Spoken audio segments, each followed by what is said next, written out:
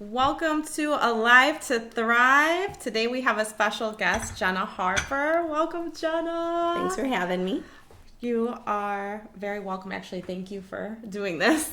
It's just, I've been friends with Jenna for how many years now? I think 15 years. Yeah, a long time. And she is having a background in social work, and she has for many years been, how would you say, like a sexual assault advocate? Yeah, I've worked in the field of sexual violence, working quite a few different roles over the last 15 years, actually. So we've known each other longer than 15 years. Yeah. Like 20. We've known each other like 20 years. Yeah, oh my gosh, when I think about it, I'm like, oh, how did all these years go by? I don't know if I should put this before the other one, but I'll just go ahead. How would you define feminism as it relates to the mental health of our nation? That's a really interesting question. Feminism and mental health. Feminism has meant so many different things over the years. To me, for many people, feminism is a dirty word, but for me, it's something that is very empowering, and it means just something so very basic. It means that because you're a woman, because you identify as a woman, you don't get treated differently from other people. You get the same opportunities. You don't experience bias or microaggressions. So I think that... What's a microaggression, just for people that don't know? Because I did a training because I'm a healthcare worker, but I didn't know what it was maybe like 4 years ago. Yeah. That's a great question. Thanks for asking. Yeah. So a microaggression is something that people who hold marginalized identities, whether you're a person of color, you're a woman, whether you identify as LGBTQ, or you hold another marginalized identity, there's a lot of ignorance around people, their identities, and their cultures. And so sometimes people make mistakes, and those mistakes can hurt and feel bad. And oftentimes people are unaware of when they hurt other people. But I've seen it in videos described as like little mosquito bites, like when people prick somebody, like they say a word that is actually like a slur to that person. Yeah. Or they ask them a question that makes them like tokenizes or makes them to represent everybody in their entire group. And so it's something that based on an identity hurts somebody, and it can happen lots of times throughout a day to somebody who has a marginalized identity, and especially to people who have multiple marginalized identities. That makes perfect sense. Yeah. I think as a woman, I saw a video where we get those microaggressions every day, and then it really highlighted it, from like sometimes even, I don't know if this is under that category, but like even like looks that men will give you, like if I'm in line or something, or comments that even family members will say, or the way your boss treats you sometimes. If it's a male boss, I've had that before, where they've kind of treated me different because I was female and made small little innuendos that was hurtful. So yeah. Absolutely. From the moment that you wake up in the morning, your mental health is impacted by your different identities, and specifically being a woman, waking up and thinking about how will I dress today and how is that going to impact how other people look at me? Will I wear makeup? Will I wear my hair? Do I have to shave certain parts of my body to be accepted in society? Oh, yeah. That means there's something called the pink tax, what people refer to as a pink tax, having to spend money on all of those products. If you look at a woman's razor versus a men's razor, it's a lot more money. Oh, really? When you look at body wash, when you look at certain beauty products, it's a lot more money that women are spending, and they're told that they should be spending certain things so that they could look a certain way, something that men aren't given that message from. So from the moment you wake up, you have these things that are imposed on you by society that are going to impact your mental health. We have eating disorders, and we have a higher rate of eating disorders in women than men. And then you walk down the street and you're enduring catcalls, or when people holler at you and stare at you, like the "Hey Girls" type thing. And so you're enduring that type of experience. And then you go into your office and you maybe realize that your male coworker makes more money than you, even though you have the same amount of experience, or you have to endure some sort of joke that has to do with like women or something along those lines. And so that would be an example of a microaggression. But I think being a woman in this world, from the moment you wake up to the moment you go to bed, there are certain things that you can experience like that weighs on you more heavily than men don't have to experience based on their gender. And so I think feminism and mental health, like, it's understanding the lived experience of being a woman in this world. Yeah. Thanks for answering that like so thoroughly. I wasn't sure if it was clear, but you were like, yeah, got it. I understand where you're going with that, but yes, yeah. Yeah, it is really hard for women from the beginning of the day to the end of the day. I even have a friend that's like constantly being like, you have to know what's daytime and nighttime wear, and daytime and nighttime this, and in season and out of season. And I'm like, I'm gonna go crazy with all your rules. And there's more rules for women, for people who are femme presenting, that we have to abide by. And if we don't abide by them, then like the way that we walk in this world, like as a woman who chooses not to shave her armpits, the looks that I get. That's a good example. I was on the lakeshore. Playing with my friend's neighbor, who's a little girl, and she was so cute, and she was saying to me, "Why do you have hair there?" Very sweet, very innocent question, because she's raised in this society. And she goes, well, "Why don't you get rid of it so you can look prettier?" Yeah, wow. How old was she again? 4. Wow. At a very young age, children are conditioned to believe that that's what beautiful is. Wow. But that's not how people naturally look. This is not how I naturally look, and so, and I get looks all the time because I choose not to shave my body hair as a woman. Wow. Yeah, so like our society really has an impact on our mental health and our safety by the views that we have. And I think the first step is awareness. That's why the work that you do is so important. And that's why I think the podcasts are so important, is to get that awareness out there, because if you're not living that, or sometimes even if you are living it and it's been so normalized, you might not even like recognize that there's something wrong with it. So I think it's important to have these conversations, even if it has like that dirty stigma of like, you know, a lot of people are like, oh, you're a feminist means you hate men. Don't hate men, love men. Got a lot of guy friends, best friends. You know, I don't have a problem with men. I just want to make a society that one day, I was telling you about this girl that was doing an interview about feminism around the world and looking at people from different countries. And she asked me about how I would define feminism as just for one day a girl to enter into this world and she never has to be bound that she can't do anything simply because of her sex. Yeah. And there's so many things where I've been told I couldn't do because of my sex. I wanted to do wrestling. I was told I can't do that. I do jujitsu. And I'm told, you know, like, oh, you do jujitsu. Isn't it all men? And you're like, oh, isn't that kind of rough for you? You know, I've been told that doesn't look good, that you have bruises all the time. What are men going to think? How are they going to want to date you? Who's going to, you know? So it's just a lot of putting you in a box. Exactly. Yeah. And of course that's going to have an impact on your mental health. Yeah. And then the mental health of the society, because women, you know, and well, women and men are raising children, but women are a lot of times raising kids, and then we're projecting these down to like our children and our children's children, and we want to have a healthy way to be raised. So a 4-year-old's not saying, well, if you don't raise your armpits, you're not beautiful. And I'm going to go on a tangent with that. Okay, so I'm going to redirect myself. I have to stay on target.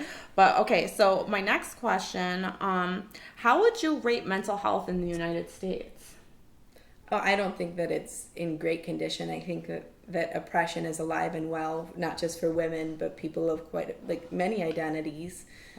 I think recently, especially, there's been statistics are showing us that there's an uptick in hate crimes. Yeah. Against people of color, against Muslim people, against Jewish people. And that does take a toll. As a Jewish person, like I see the violence happening against like other Jewish people. I have to worry that my nephew, he goes to a Jewish day school. There's been bomb threats that have happened there. And so that weighs on me. How does that weigh on my sister? Probably more, right? Yeah. But if you're a person of color in this country right now, if you're a Muslim in this Muslim person in this country right now. Yeah. Those, like, you walk around this world knowing that there are people who could target you because of that, and they do. So I think that more recently it has actually, like, wellness around mental health has declined. I know that in my communities there's been a lot of stress around politics lately. We've become a lot more divisive as a country, and I think that people who hold hatred in their hearts have become emboldened and become more validated to express those views more openly. Well, okay. Well said. Sorry. I have so much more to say on that, but I'm gonna have to move on to the next question because we only have a limited time. Could probably make like 10 podcasts off of this, but okay. Thank you for that. And the next question I had is, do you, just putting you on the spot, but do you know the current statistics of female sexual assault in the U.S. right now? Yeah. I'm not sure if you knew that, but I was just wondering because I knew in college they were telling us, for women at least, it was like 1 in every 4 women in colleges, and they weren't even sure that that was accurate because people don't report because of the shame that's involved with that. And I was thinking, wow, 1 in every 4. So sometimes you hang out in a group of 4 a lot in college, and you're like, okay, so one of these girls in this room has been a victim of sexual assault. And I started asking my friends, and they were saying it was more than 1 in 4. And I know that was just in my group, but then I started thinking, well, maybe it's not just in my group. It was actually almost like 1 in 2, and it wasn't just mild. No sexual assault is mild, but I mean it was pretty severe. Yeah. It was a lot of times rape that people were describing to me. So I was just wondering now if you knew the current statistics, because like I think it's important. You said oppression is live and well. I think a lot of people, again, we're trying to increase awareness, think that it's not. Yeah. That they think, we had this whole feminist movement, women have the right to vote, women are in the workforce, a woman ran for president. They're like, what are you feminists talking about? Well, yeah. What a low bar. Women have the right to vote, so now everything's fine. We're obviously equal now. Yeah, so the national statistics are 1 in 5. On college campuses, 1 in 4 is what I've heard. Those are not the numbers of people who report to law enforcement. Those are the numbers of people who report to a specific study. So the study that I think is most often used, the one that I'm referring to, is the NISVIS study. It's a National Intimate Sexual Violence Partner Study. It's done by the Center for Disease Control and Prevention. Oh, okay. So the original report came out in 2011, so it's the most in-depth report that we have on a national level. So that specific statistic is for rape. When we talk about sexual assault other than rape, that number goes up.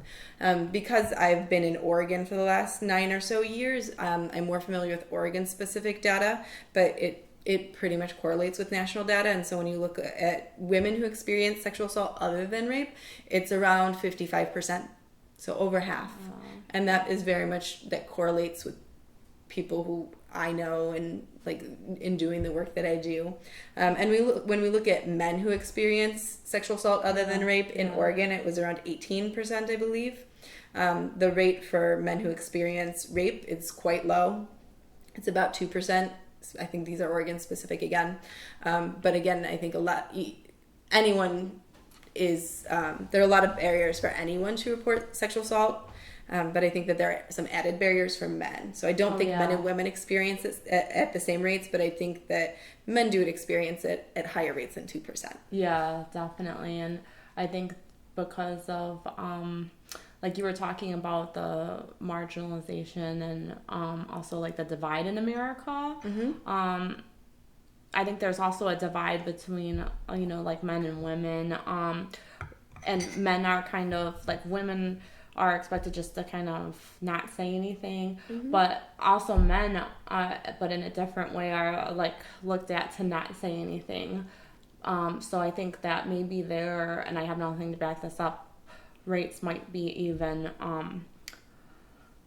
way higher than what is reported because of the stigma associated. And I think a lot of people think that male like rape doesn't. I think they also believe that doesn't happen. Yeah, it doesn't exist, especially if the perpetrator's a woman. Yeah, and that's not true. So, just to clarify, I don't want to only just talk about women. I understand that it's both men and women, and I just want to acknowledge that we need to kind of talk about getting rid of these rules and rules, like we were saying, for society about not talking about mental health, not reporting, and normalizing sexual assault so that people don't have to ever go through this. Mm-hmm. And we have to talk about people who don't fit in either box, people who identify as non-binary, gender queer, trans.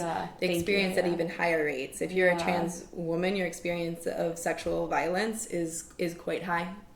Yeah, I know. I had a friend, and he was also talking about how that can become a problem when they enter into the prison system. Mm-hmm. And a lot of violence occurs there. Yes.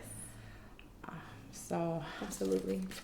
Yeah, just increasing awareness is important, acknowledging it, and hopefully changing it so that one day we don't even have to talk about this, but until it changes, we're talking about it. So, okay, so the next question is, so knowing those stats, those statistics, how do you think that reflects the mental health of our nation? What do you think that says about the current state of mental health? If 1 in every 5 mm-hmm. are experiencing rape. Mm-hmm. Yeah. Well, I think that there's quite a few different components to that. I think hurt people hurt. That doesn't take away that someone needs to take accountability if they hurt somebody, right? What we know is that one of the risk factors for perpetration is that people who have been sexually assaulted themselves, people who have had trauma in their past. The ACEs study, the Adverse Childhood Experience Study, which looked at children and adverse experiences that they'd had, such as alcoholism in the home, divorce, things like suicide, incarceration of a parent. There was one specific statistic in it where if a child witnessed their mother experiencing domestic violence, if it was a girl, that girl was 3.3 times as likely to become a victim of domestic violence in their adulthood. And as a boy, that boy was 3.3 times more likely to become an offender of domestic violence in their adulthood. So that's super simplified, and that does not at all mean that just because you're a boy who witnessed domestic violence mean that you're going to become a perpetrator. It is much more complicated than that, right? Yeah. I want to make that very clear. But I do think that we need to take a look at gender roles in our society, and we need to examine how those are influencing the experiences that people have. I think that no one is born a bad seed. I think that there are influences in our society that impact people who want to get a sense of control. And we all, from the time that we're born, children to adults, we're all looking for a sense of control in our lives. And I believe sexual violence is about power and control. And some people will go to that to get that sense if they're not getting it somewhere else. I also think there are some people who have had a lot of power and control in their life, and they have this entitlement and this feeling that they should always automatically have it, and so they just take it from people too. So I think that there is a spectrum when we look at why people perpetrate crimes of sexual violence. But I do think that it has to do with people not getting their needs met in other ways and not understanding what does a healthy relationship look like, what is consent, and being able to handle rejection. And I do think that is part of mental health. Rejection is physically registers in your brain. Like there are overlapping regions in your brain, like physical pain and rejection shows up similarly in your brain in the same regions.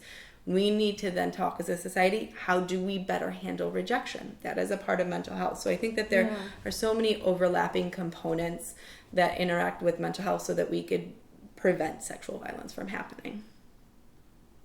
And how do you think, because we had kind of had a conversation about that the other day, how do you think you, if it's registering in the brain as the same as pain, how do you deal with that? Yeah. So I feel like there's a couple different ways that people deal with rejection. So I'm guilty of this, as are my friends. I did a little bit of an experiment at my office, and I went up to my coworkers and I said, "Oh, I was at the gym the other day and I asked out this person that I've been into, and they said no," just so I could see how my coworkers would react. And one of them, the first one, said, "I'll beat him up," and the other one goes, "Oh, I'm sorry, that sucks. Did they say why?" And then she's like, "But they didn't need to say why. That's not their role. But like, maybe it would have helped. I don't know." And so rejection is hard. So some people, they put the person down who rejects you, right? Oh yeah. They're a loser anyway. You're too good for them. Yeah. Sometimes people react with sympathy, like you're awesome. You're so great. There's other fish in the sea. And so what I want us to explore in terms of mental health is, why do we have to put that person down who rejected you? Right. What they did was draw a boundary and said, "Hey, actually, this is not what I'm interested in. This is, for me, that's not what's right." Whether that has to do with timing, where I'm at in life, like the compatibility. There's so many reasons. But we need to take a look at why we get angry and put down somebody who might reject other people. So when we take a look at people who have committed... when we take a look at most murders, a lot of those are domestic violence related. When we take a look at a lot of the shooters, the mass shootings in the U.S., a lot of them have domestic violence in their past, in their history. The incels, involuntary celibate movement, are a group of predominantly white men who have felt rejected by women, and they feel like they deserve to have sex with the attractive women that they want to have sex with, but those women don't want to have sex with them, so they're involuntary celibates. And so in Santa Barbara, there was a man who he had a huge manifesto, and he went out and he shot a bunch of people because he was upset because of that. The Toronto bus killer, he was also an incel. So there are incels who do these mass shootings. There are also incels who do smaller things. There's like a Reddit community on it because of the feeling of rejection, that they are entitled to get what they want. So we really need to take a look at entitlement and how we address rejection within ourselves, within our friends, and as a society. Wow, yeah, I actually wanted to talk to you about a lot of the shootings too that have happened recently. One of them, I believe, was in Texas. The other one was in Iowa. And what do you think that we could do to prevent those shootings from a mental health perspective? Since, like, as I was saying, we kind of were exploring how much experience you've had, and you kind of alluded to that. So if you could talk about that a little bit. Yeah. I think that that's a huge question, and I've seen it definitely posed as it's a mental health issue. Do you even think it's a mental health issue? Well, I think that if we take a broader look at what mental health is, do I think that all people who commit acts of crime, like whether that's sexual violence or gun deaths and murder, have to do with someone having a diagnosable illness? No. When we take a look at entitlement and a desire for power and control and abuse as those being mental health problems, then yes. I think that when we take a look at people who have had privilege, like parts of their identities where they have power and control in their life, they think that they deserve to have power and control there. And when they don't get what they want, they don't see the world in the way that they want it, then they are just going to make the world in the way that they want it. So that could be by controlling a partner, a romantic sexual partner. That could be by making their statement through killing people. Wow. And so I think we need to really talk a lot about our own identities, the privilege, the power, the biases that we hold. And we've talked a lot about women and the struggles that women have, and men have struggles too, because they're told that they have to be strong all the time, that they can't cry, that they shouldn't have emotional connections to other people, and that is detrimental, right? I think that is also building to all of this, that the only way that men can express, and this is generalization, but I think a lot of times guys get this message that the only option or outlet that they have to express emotion is through anger. And it builds up and it builds up and it builds up because they don't have friends that they go talk to about this.